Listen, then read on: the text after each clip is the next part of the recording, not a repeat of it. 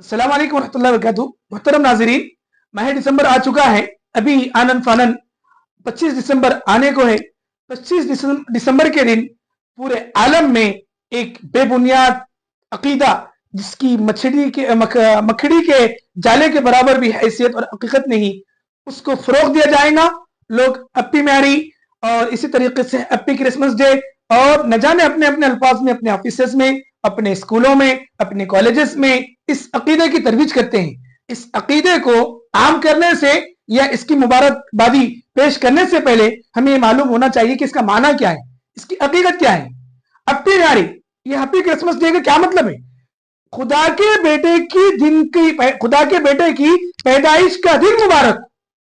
मुसलमान भी इस अकीदे की मुबारकबादी कब से देने लगा है? हमारे ईसाई भाइयों से मोहब्बत, मवद्दत, उनसे अखलाकी ताल्लुक, ये एक और बात है। इस्लाम खुद अखलाकियत की तालीम देता है।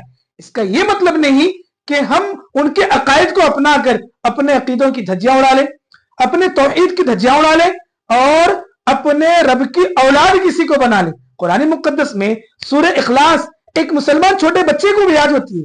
कुल हुवल्लाहु अहद, आप कह दीजिए कि अल्लाह एक है, अल्लाहुस समद, अल्लाह बेनियाज है, लम यलिद वलम यूलद, ना अल्लाह ने किसी को जना और ना वो किसी से जना गया। यानी कि अल्लाह तबारक व तआला कुरान मुकद्दस में बबांगे दुहल ये स्टेटमेंट दे दिया है कि अल्लाह ना किसी का बाप है, वो ना किसी का बेटा है, वलम यकुन लहू कुफुवन अहद, और ना ही क़यामत तक उसका कोई बराबर का होगा, न था, ना है, ना रहेगा। साफ लफ्जों में अल्लाह ने बयान किया है। इसी के साथ साथ कुरान मुकद्दस की सैकड़ों आयत में अल्लाह ताला ने इस अकीदे की तरदीद किए हैं। हजरत मरियम अल्लाह के एक नेक बंदे हैं, हजरत ईसा अल्लाह के एक नेक बंदे और नबी हैं। इन लोगों को, हजरत मरियम को अल्लाह की बीवी बनाना, हजरत ईसा को अल्लाह का बेटा बनाना, ये कहाँ के इंसाफ की बात है मेरे भाई? ये कैसी बात है? ये कैसा अकीदा है? हम क्यों लोगों के बहाव में आकर हैप्पी क्रिसमस डे, खुदा के बेटे की पैदाइश का दिन मुबारक हो, इस तरीके की मुबारकबादियां आपस में दे रहे हैं, ऑफिस में, स्कूलों में, कॉलेजेस में और अपने फ्रेंड सर्कल में। अगर हम इस चीज का शिकार हो रहे हैं तो हमें इससे बाज आने की जरूरत है।